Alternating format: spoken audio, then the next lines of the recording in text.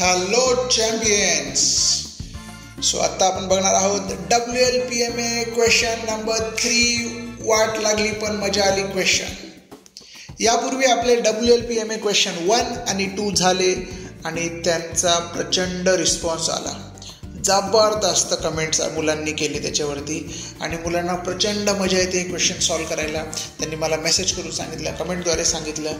So आता तुमच्यासमोर घेऊन आलेलो आहे WLPMA क्वेश्चन नंबर 3 आणि हा पण एकदम जबरदस्त क्वेश्चन आहे. चला तर मग बघूया. वाट लागली पण मजा आली क्वेश्चन नंबर 3. सो हा क्वेश्चन आहे काऊ आणि ग्रास, गाय आणि गवतचा.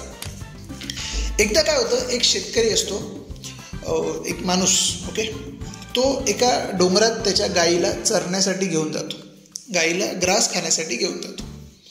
खूप वेळ केल्यानंतर मग त्याला झोप येते.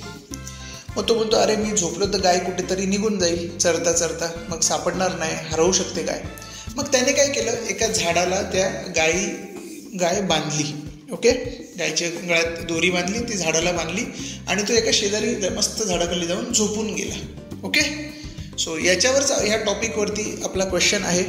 खूप छान क्वेश्चन आहे आणि तुम्हाला मजा पण येणार आहे. Okay,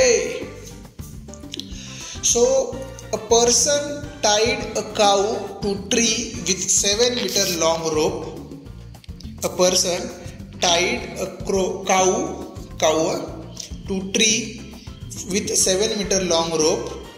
Find square meter area where cow can eat grass. Okay, मराठीत सांगतो आता. एका माणसाने एक गाय 7 मीटर लांब दोरीने एका झाडाला बांधली.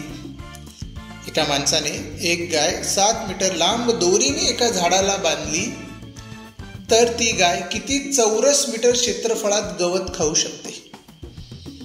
तर ती गाय किती चौरस मीटर क्षेत्रफळात गवत खाऊ शकते? आहे की नाही इंटरेस्टिंग क्वेश्चन हा. आणि मला असं वाटतं काही स्टुडंट्सला त्यांच्या मोठे भाऊ बहीण किंवा पालकांची मदत घ्यावी लागू शकते ह्या क्वेश्चन सॉल्व करण्यासाठी. ओके, क्षेत्रफळ, एरिया टॉपिकचा क्वेश्चन आहे.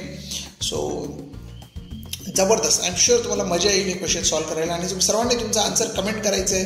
नक्की तुमच्या पालकांची, तुमच्या भाऊ बहीण असतील, सिबलिंग्स, त्यांची हेल्प घ्या आणि जबरदस्त कमेंट करा. Okay, so I am waiting for your answers. आणि जाता सर्वांनी एकदा बोलायचं आहे, I am learning. Let's celebrate the Joy of learning. I am learning. Champions, I am waiting for your answers. Thanks for visiting this YouTube channel. मुलांना मॅथ्समध्ये champion बनविण्यासाठी या यूट्यूब चॅनलला सबस्क्राईब करा आत्ताच.